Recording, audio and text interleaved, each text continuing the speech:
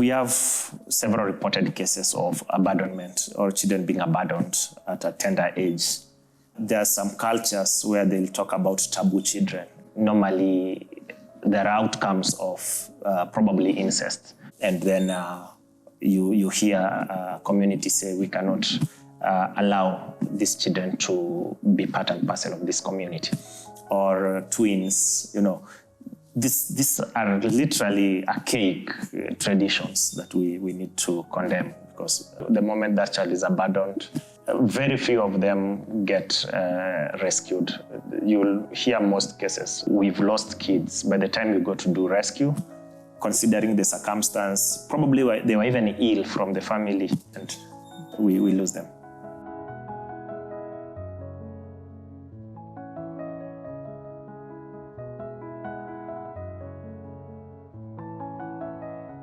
My name is Davis Nyakundi.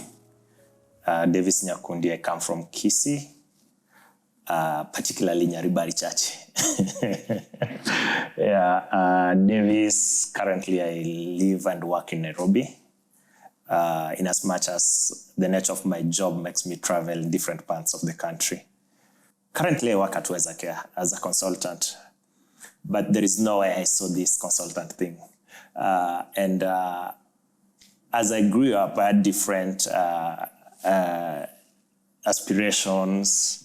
I remember at a younger age, class 4, I started enjoying reading Kiswahili, and I was like, I want to be a journalist. Kidogo, my grandmom was so spiritual. Then she put me through reading a lot of the Bible bits, and particularly on Revelation. And when you're reading Revelation, you may think Christ is coming the next minute. Being in church, then there was this desire of becoming a priest. And it sounds weird that I wanted to be a priest. I followed that direction, actually, and I joined a seminary school. Actually, I was in a St. John's Seminary School, Rakwaro. Don't ask me what happened. Ask me what happened. Here we are serving the people in a different capacity. I never saw myself as a consultant, but I remember after university, I met a mentor. And as we journeyed with him, the word consultant started coming in, and I started admiring and looking up to different consultants. Then I remember I started calling myself a consultant, not even being sure of why I'm calling myself a consultant, but then we're just surviving at that point. Interestingly, I attended one of the interviews in one of the institutions in Thika. They wanted someone who will be the head of social sciences. So when I went there during the interview, one of the panelists was a bit concerned about seeing the word consultant in my CV. And he told me, no, these people are conmen. That statement broke me, and I had to remove that statement from my CV totally. I don't want to see the word consultant in my CV. I've loved the direction I eventually took as a social worker. In as much as I serve at Weza Care as a consultant, I am a social worker. And that is me, and that is the career I took, and it's something that I'm so passionate about. And it's a field that we have to demystify, because at some point people used to think social work is for people who are not really strong in terms of academics, and people used to look at it as a vocation. And most times you're told this one is a calling. They don't look at it as a career. It is a career.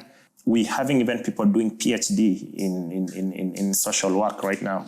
If you look at other nations, it's one of the key professions, and I'm happy the direction it's taking, because we're having 2 bills in Parliament, one for the School of Social Work, and it's in good levels, and then we also have for medical social workers. So once this becomes law, then the game will definitely change, and social workers will be recognized and their space will be felt. When I finished Form 4, what was in my mind was media. Yeah. And I loved journalism. That was something I really loved. But then after I finished Form 4, I didn't perform well. And sometimes we find ourselves in pathways, not because we want, but the circumstance at that moment will make you take a particular direction. So for me, I can't say this is what I really wanted to do, but I'll say I've loved doing it and it has become part of me. But we never had an opportunity to have career coaches to take us through different careers. Things are changing today in the education sector, where institutions invite career coaches who come in and talk to their mentors. Like you have people to guide you on what careers you can take. We didn't have that opportunity where I was, and that is why that confusion was there. And you were trying just to pick randomly. I remember when the KCSE results were out, that was an interesting moment in my life, because I think that was where the transformation happened, you know. After not performing well, I remember when the results were out and everybody was celebrating, myself, I was not celebrating. And I remember the conversation changed even from peers who we had done exams with that time. Those who passed created their own circle. Those also didn't perform very well. We also had our own circle. And the conversation was different. You could hear these guys talking about which course are you going to take? What are your cluster points? You know, which university are you going? Very, very different conversation.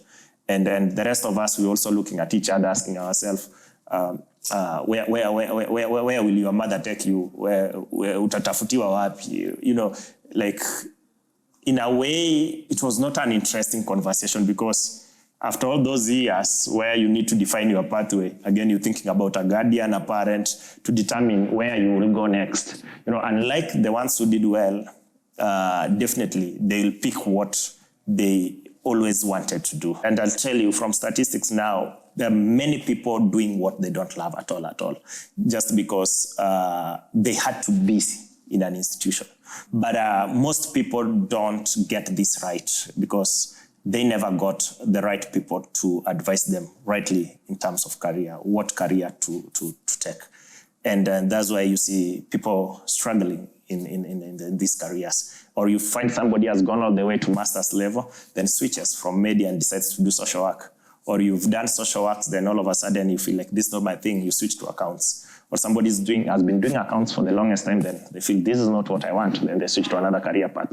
So there's been that, because there is that self-discovery that also comes as one matures and as one grows. And then you start realizing, like, I think this is the direction I want to take. And actually, for me, that is what happened. Because after Form 4, I started engaging myself in traveling arts. I joined some theater groups. We even actually started a theater group in Kapsabet called Sparks Art Center. And we're doing performing arts, doing set books then. And then I remember we could go and perform during these national celebrations. So then is when somebody identified me. I remember there's a guy from one of the NGOs in Kitale. Then he was in Kapsabet. This guy noticed me and he invited me to a training on something on environment. So when I was there, I looked at, there's an MC called MC TJ. He was then the moderator. So I loved how he was energizing the crowd, and I was looking at these guys and I'm like, I think I can do this thing like this gentleman. So the following week, interestingly, again, we met with this guy. And now I told him, I need you to give me a few seconds also to like energize re-energize the crowd, you know, do some icebreakers. And he was open and allowed us to like do that. And at that point, I remember there is a doctor who was facilitating, and this guy called me and asked me, which college are you and what course are you taking? And I told him, you know, then computer packages was a serious course. Talking about, I have done I'm doing computer. We never used to call it packages. You are talking about I'm doing computer. Even in the village, you could hear people wanasema mtoto anani anafanya computer. The packages. So I told this guy, the only thing I've done apart from Form 4 and packages. And that was like, this guy is the one who challenged me and told me, have you ever thought about taking social work? That was the first time I had the word social work. So I went home and I remember sharing with my uncle, there is a course I've been told called social work. How about me taking this social? And he told me, yeah, that is a good one. In fact, it's very marketable. It was immediately after the post-election violence and we had so many mushrooming organizations. It was like, this is so marketable. When ask me after graduating where the market went, I cannot tell you. The years I marked looking for a job in social work. Anyway, everybody has his time. Eventually, I got there. So that is how I got to hear about social work, and I started researching about social work. But the confusion was still there, because when I went to apply for admission in Eldoret, I went to 3 colleges, I remember. And I got different admission letters. So I had one for journalism, I had one for IT, and I also had one for social work and community development. But this word was not interesting. When somebody, you meet people and ask them, what are you taking? I'm taking journalism, I'm taking IT, I'm taking law. There are so many universities in Eldoret, I'm taking BBIT, And here you are, yours is a sentence, social work and community development. And to make it even worse, it is a program, NEC program. Yes, I started from a diploma level. So we had to do NEC. And our colleagues in certificate were even doing Kiswahili and CRE. I mean, Kiswahili and history. So you can imagine how it feels, you in campus and college with other people, and they're like, these guys are doing Kiswahili and history. But here we are. Yeah, so that's how the journey was, and that's how I found myself as a social worker. I remember my lecture then in college, Ms. Kadiela, who I remember the first question I asked her is, what do you think about this thing? Am I in the right place, or do I need to continue this course? And she was like, no. This is a good thing. Just there's no bad career. It's about you and how you'll want to grow with it. And today I can attest I've grown in that space, and I'm so passionate, and I can encourage any person to do this. There is serious fulfillment that you get in this space. And by the time I was finishing now college and joining university, an opportunity came in Elgon College. And I joined Elgon View College and I started training in Elgon View College. So I taught in Elgon View College for around 6 years. And while I was there, I was still, I just finished my first diploma because I did the social work bit, then I went back and did community development. So I was teaching the two, social work and community development. Then now later, I joined Laikipia University. Now I did, when I joined Laikipia University, I did community development, Bachelor of Science in Community Development. And I still continued teaching till I graduated. And after now, the several years in teaching is when now I switched to I remember at some point I asked myself, I'm not a trained teacher. My interest is in working in the community as a social worker. So I talked with a friend who was in the NGO space, and I remember there was also a classmate. We did diploma course with him. He was in a good NGO, and he kept sending me adverts. So I started applying, and eventually I joined Compassion Limuru Ngesha. I worked in Limuru Ngesha as a social worker for a short time, which was a very, very nice experience. And then later left Limuru and now came to Nairobi to work at New Life Mwangaza. Now at New Life Mwangaza, I think that is where actually I grew as a social worker, frontline social worker, because now the dynamics were different. What we were doing was totally different. Now we were working directly with street-connected children. For 3.5 years working in the street, most people are wondering, what exactly am I doing? Why did I leave teaching to come and work in the street? I can tell you to date, if there is a job I loved, was working with children in the street. That was unique, and the fulfillment I was getting was on another level. I don't think there is a child or family that will want to live in the street. I don't think. But there are push factors that can push them to find themselves in the street. You know, when you are in the streets, you are on your own. That is why they start those units of families within the streets.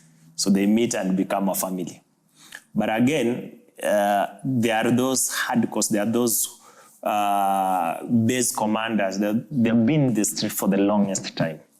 Again, when you join, you realize they also don't want you to be in the street.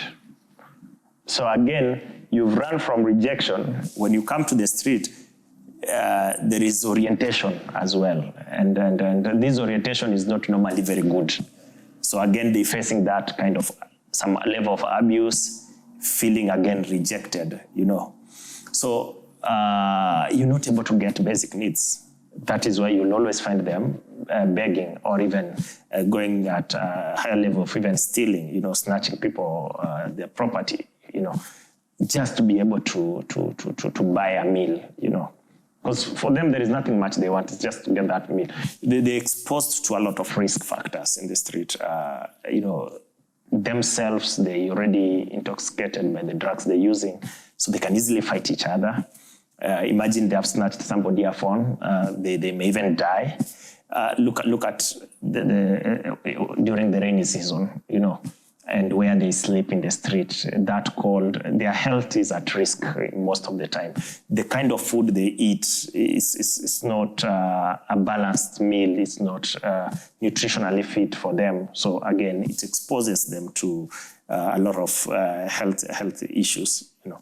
Nobody loves you in the street. You're surviving, literally. Everybody is trying to survive. So the trauma itself affects the life of this child as they grow. So we have different levels or different push factors that make children leave their families and go to the street, or make an entire family find themselves in the street. Because we have children who just come to the street, hustle, and then in the evening go back to the families. And then we have families that are entirely in the street. These children are born in the street. That is where they know as home. The main factor I always allude to is the dysfunctional families. And when you're looking at dysfunctional families, I'm looking at a point of, because these dysfunctional families normally lead to disagreement within the family, leads to can actually make one become an addict to either drugs and start, of course, abusing different substances, can eventually drain the family and leave the family in a poor state. Because now, if someone loses a job, they don't have a job, eventually the poverty aspect starts cropping in. And again, when you're looking at the street connected, for them it's a bit unique, unlike these other cases, because you see, we want to get them out of the street, and we cannot get them today out of the street and immediately take them home. So we had to get them out of the street, take them to an institution, sit them down, have them get some cleanups, interact with them, and if we find that what made him run away from home is something we can fix immediately, we start preparing his reintegration immediately. So reintegration starts when you start doing the rescue. So when you start rescue, you start the conversation of reintegration. Normally, that is what we used to do. Before we even leave the street, I'm like, I have to prepare you psychologically that eventually you're going home.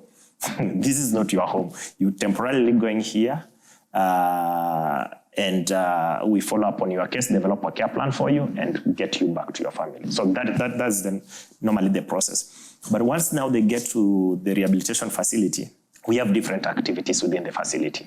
And where we were, we had teachers just to help them in terms of catching up with the curriculum, at least they're able to get some lessons, basic literacy skills, you know. We had a group counseling. We had one-on-one therapy sessions. We also had the sports component. We could have them just have the occupation therapy, sometimes go to the farm and do some bit of agriculture, So just to keep them busy, So those are the different activities that used to happen within the institutions. But then there is a process that guides us. Now the case management process, after identification, now we come and do the child assessment, then later the family assessment. After, why we do the family assessment is also to establish what might have, or what is the reason as to why that child left the family. After establishing that, we have already conducted some home tracing, home visits, and we now do a family conferencing session. After doing a family conferencing session, we also do what we call a case conference. Now, case conference, we're involving different people from different multi-sectors, just to ensure that we holistically able to meet all the domains. So at this point, we start developing a care plan or care plan for this child. Now, this care plan has the 6 domains. And now, before you reintegrate the child, you have to ensure that those push factors that are within the domains have been met. And these domains are key. You have to look at the health, you have to look at the education of this child, you have to look at the safety, you have to look at attachment and mentorship. All those are part of what we really need to address before having this child. The economic empowerment bit, because again, the push factor was the child was not getting some particular basic needs. Even if you take this child back home, he will definitely relapse because he or she has not gotten this particular needs solved. So we address the domains. And when you're looking at the domains, they're also guided with the benchmarks that you have to tick. Like, has this been met? Has this been met? Then now have the child go back to the family. And again, remember we did 2 assessments for the child and the family. So there are matters that we'll address for the child, and there are matters that we'll address for the family. So we try to do that, and then eventually have the child go back to the family after now being rehabilitated and now taken to school. There are those who will go back to primary school, there are those who go back to high school, and there are those who will go and do vocational courses. And there are those totally who don't want to go to school because probably they never had an opportunity to even step in a school. So you take them through apprenticeship, they're taught a particular skill. We have some even in the university, and I'm so proud of them.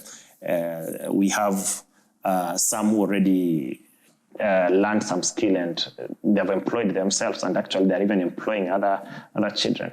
Anytime these children call me, it feels so magical, when somebody calls you, and the moment I hear the word mode, I know this is one of the children that we worked with at some point. There are so many success stories, so many. For the 3.5 years I worked, I can tell you there are so many success stories. And that is what kept us going every day. And that gives us fulfillment. Right now, I know of 3 boys I rescued who are in university. One, I remember him confessing that he had to lie. And I never revealed this. He had to lie that he has been in the street for him to get supported to get education. We did a home visit. Indeed, he was coming from a very, very vulnerable family. But then I had to protect him as a social worker and have him go through the system and eventually go back to school, and later made it to university. We have one who's in Utawala right now, doing welding. He's opened a very big company and is doing some good work in terms of welding. And I was excited to see him win bids in 2 counties, and he's employed a number of our boys who we later took there for apprenticeship. So actually we started using them as now the alumni groups who are successful to support the new ones that we have rescued after they have finished the education. So you take 2, 3 to them, they are mentored, and they later go back to also start something. We have in Githurai carpenters, some young men doing so well, and I remember at some point I even had one do me a shurak, and it was interesting to see that. We have others in serious careers.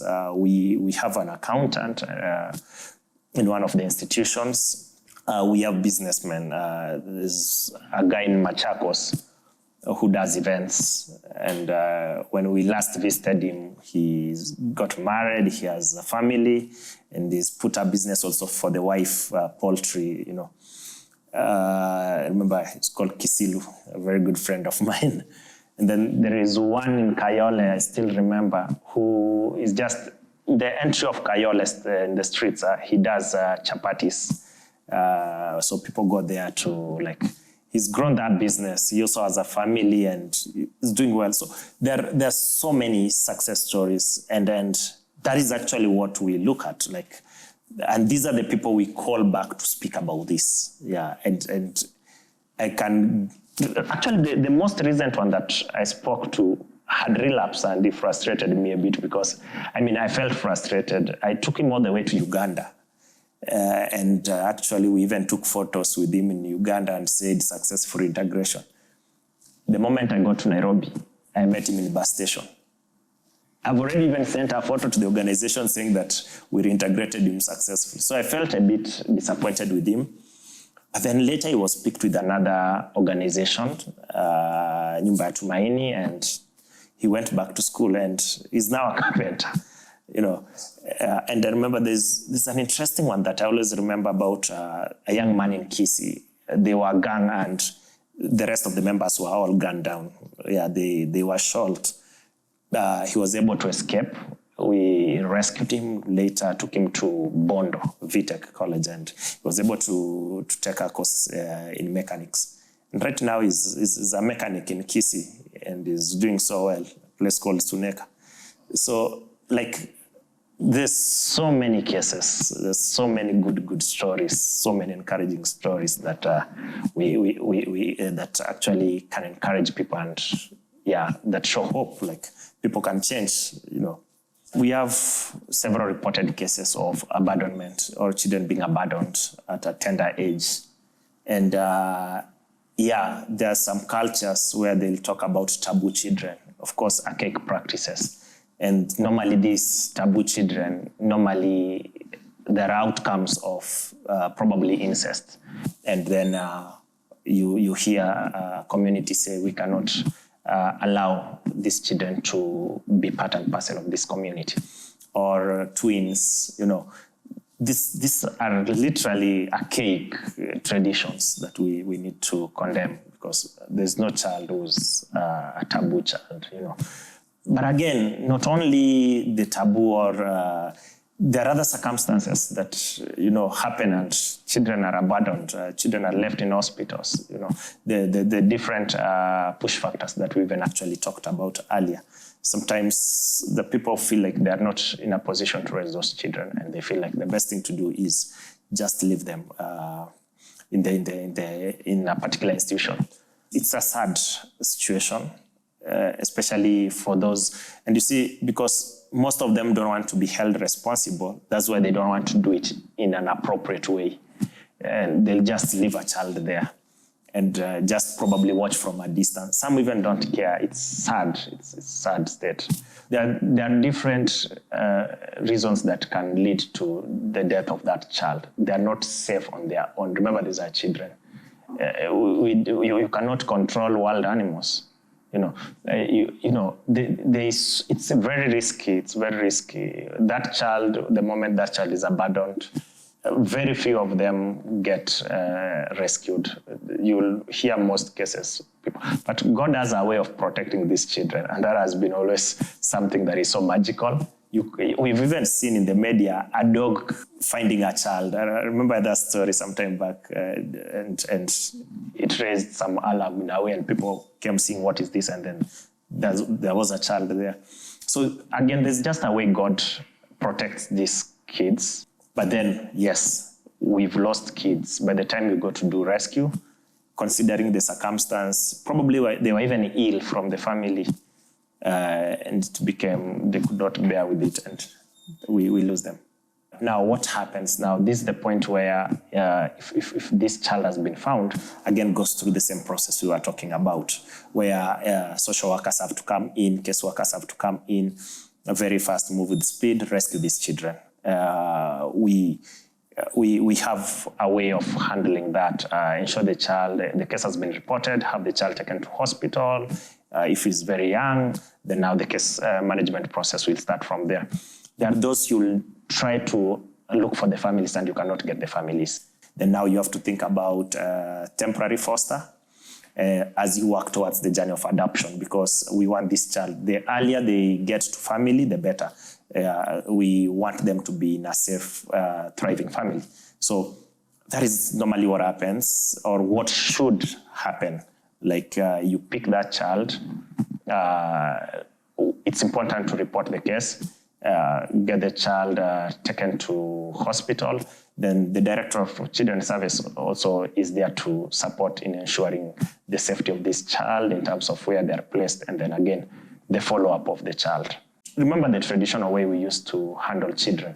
Children used to belong to the community, and there was no that aspect of first thing, take them to an orphanage. Either somebody in the community or one family member will take care of the child. That is the kin. So that is how it goes. But if you're able to identify a kin, then the better. You can place that child with the kin. So that is what case workers and social workers do every day, just to ensure these children are reintegrated. When you talk about children living with HIV, it's hard to have them put in just one institution. It already looks like some sort of discrimination, because why do you want us to know that this institution is for children who living with HIV? And actually, that is why care reform is trying to discourage this institutional care and just have children live within the families. Some of these children have been born with the virus. So it's not their mistake. We should not stigmatize them. But I appreciate the Ministry of Health, because there is a lot of sensitization that have been done. Today is not like when we were young, when we first heard about HIV. You remember even the kind of posters that were being done, like it was so scary. Things have really changed. And there is a lot of advocacy, there is a lot of awareness that has been done. People have been sensitized. Children are able to get medication. And we have people living, and they're living a normal life, because there is medication. And the only thing is we need to ensure they are there too. And they are able to be supported to get the medication. And also, we have the medication bit, and also ensure they're able to get food that meets the nutritional value, so that as they take the medication, they also get the right food. If this balance, then it's different. But yes, there's a lot of stigmatization, particularly in those institutions. Or if we don't have professionals working within those institutions, because they'll treat them from a labeling point, and they'll look at them from that perspective of,